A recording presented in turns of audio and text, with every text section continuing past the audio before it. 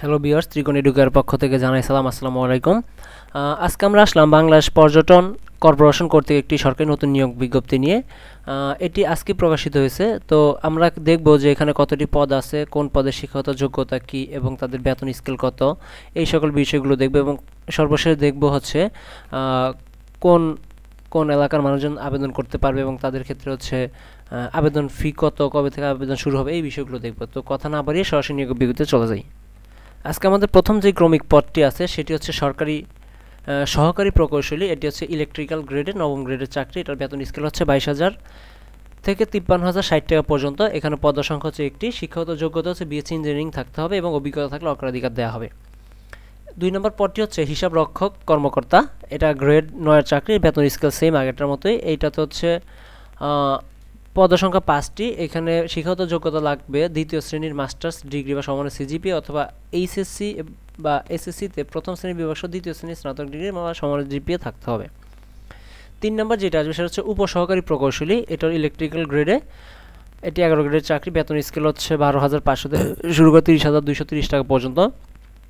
এখানে একজন লোক নিয়োগ করা হবে। কোনো অনুমোদিত কারিগরি শিক্ষা বোর্ড থেকে ডিপ্লোমা সার্টিফিকেট প্রাপ্ত হলে এখানে আবেদন করতে পারবে।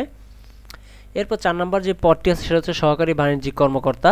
এটি 11 গ্রেডের চাকরি। বেতন স্কেল হচ্ছে 12,500 থেকে শুরু করে 30,230 টাকা পর্যন্ত। এটাতে 15 জন লোক নিয়োগ করা হবে সহকারী বাণিজ্যিক কর্মকর্তা। এখানে দ্বিতীয় শ্রেণীর স্নাতক বা সমানের জিপিএ সহ পর্যটক বিষয় প্রশিক্ষণ অভিজ্ঞতাদের অগ্রাধিকার দেওয়া হবে। এরপর আসবে হচ্ছে পঞ্চম যে পদটি সেটা হচ্ছে সহকারী প্রশিক্ষণ কর্মকর্তা। এটা 11 গ্রেডের চাকরি। বেতন স্কেল আগেরটার মতো। এখানে 5 জন লোক নিয়োগ করা হবে। আর শিক্ষাগত যোগ্যতা হচ্ছে দ্বিতীয় শ্রেণীর স্নাতক ডিগ্রি থাকতে হবে এবং পর্যটক বিষয় অভিজ্ঞতা থাকতে হবে। আর সর্বশেষ আজকে যে পদটি আছে সেটা হচ্ছে হিসাব রক্ষক। এটা 13 গ্রেডের চাকরি। বেতন স্কেল 11,000 থেকে শুরু করে 26,590 টাকা পর্যন্ত। এখানে লোক নিয়োগ করা হবে 8 জন। আর এই ক্ষেত্রে শিক্ষাগত যোগ্যতা লাগবে সর্বনিম্ন স্নাতক ডিগ্রি সমান হিসাব রক্ষক বিষয়ে 3 বছর পূর্ব অভিজ্ঞতা সম্পন্ন থাকতে হবে। অর্থাৎ যাদের অভিজ্ঞতা থাকবে তারা আবেদন করতে পারবে। সবাই আবেদন করতে পারবে, কিন্তু যাদের অভিজ্ঞতা থাকে তাদেরকে অগ্রাধিকার দেওয়া হবে।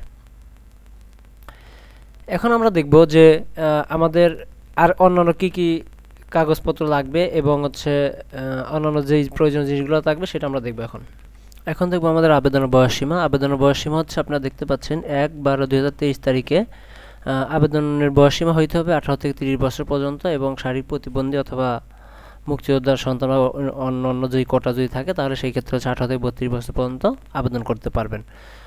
এরপর আমরা দেখব যে আমাদের আবেদন করার নিয়ম এবং আবেদন কীভাবে করব, কবে থেকে আবেদন শুরু হবে।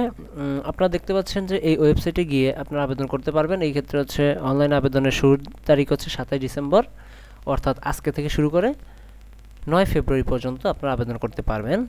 আবেদনের ক্ষেত্রে আমাদের ছবির সাইজ হবে 300x300 পিক্সেল এবং স্বাক্ষরের সাইজ হবে 380 পিক্সেল এবং ছবির সাইজ সর্বোচ্চ 100 কেবি হইতে হবে আর স্বাক্ষরের সাইজ সর্বোচ্চ 60 কেবি হইতে হবে।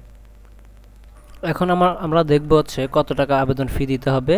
আপনারা দেখতে পাচ্ছেন 1 এবং 2 নং ক্রমিক পদের জন্য আপনার আবেদন ফি লাগবে হচ্ছে 600 টাকা এবং হচ্ছে এবং হচ্ছে টেলিটক সার্ভিস চার্জ লাগবে 69 টাকা। দুইটা মিল হচ্ছে 669 টাকা।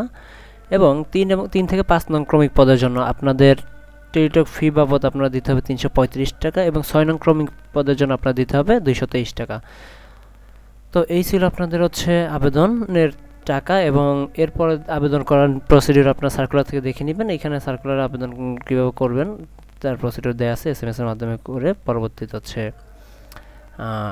এসএমএস-এর মাধ্যমে এখানে করতে পারবেন আর এখানে হচ্ছে অনলাইনের মাধ্যমে করতে পারবেন। দুইভাবে আপনারা করতে পারেন, আপনাদের যেভাবে ইচ্ছা সেভাবে আপনারা করে নেবেন।